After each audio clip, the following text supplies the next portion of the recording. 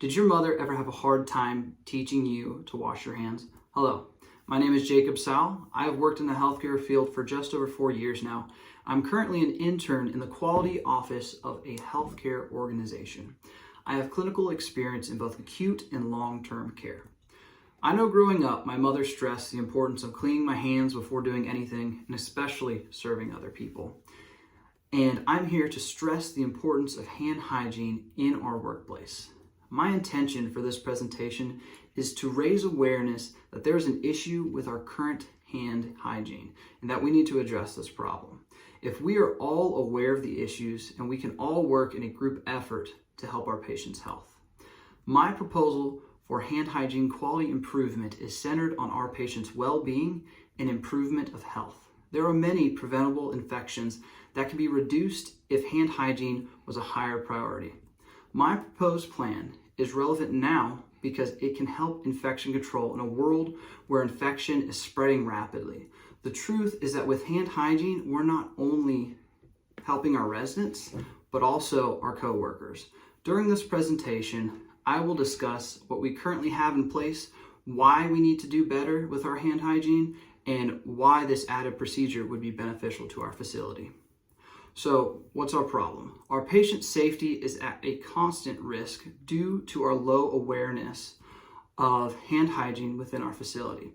As mentioned in an article by Gabrielle Mason, there is no better time to start practicing proper hand hygiene than right now due to the current events of the rise of hospital infection risk. In today's time with COVID, infection control is a very high priority for all of healthcare. This is even more reason to take further measures to reduce the risk of transmitting bacteria or viruses. Our facility currently has one hand sanitizer dispenser for every 6 rooms and sinks at every nurse's station, as well as sinks within each patient room.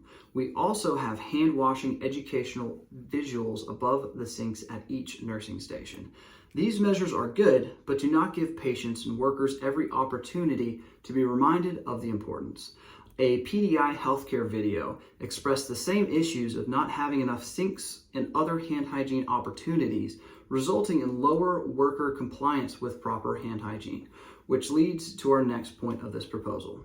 The facility needs a better way to measure the effectiveness of hand hygiene because as a facility, we need to give our workers every opportunity to have high standards of hygiene.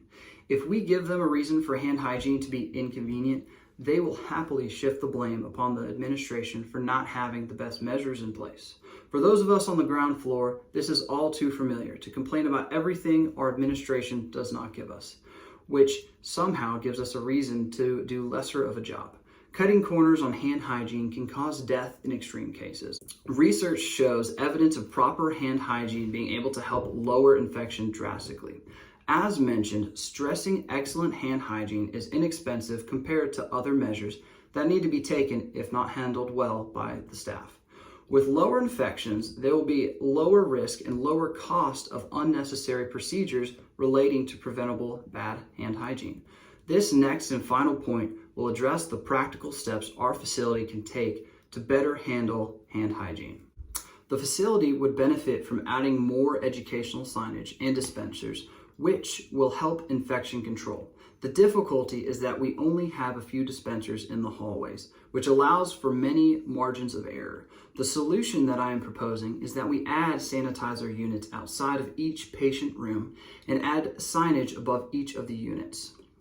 Additionally, every month we will have a survey completed by our infection control to assess the effectiveness of hand hygiene and the rate of patient hospital readmission due to improper hand hygiene. With what we currently have in place, an employee can walk out of a room with the intentions of sanitizing, but before they do, they could be stopped by several different people and simply forget about sanitizing.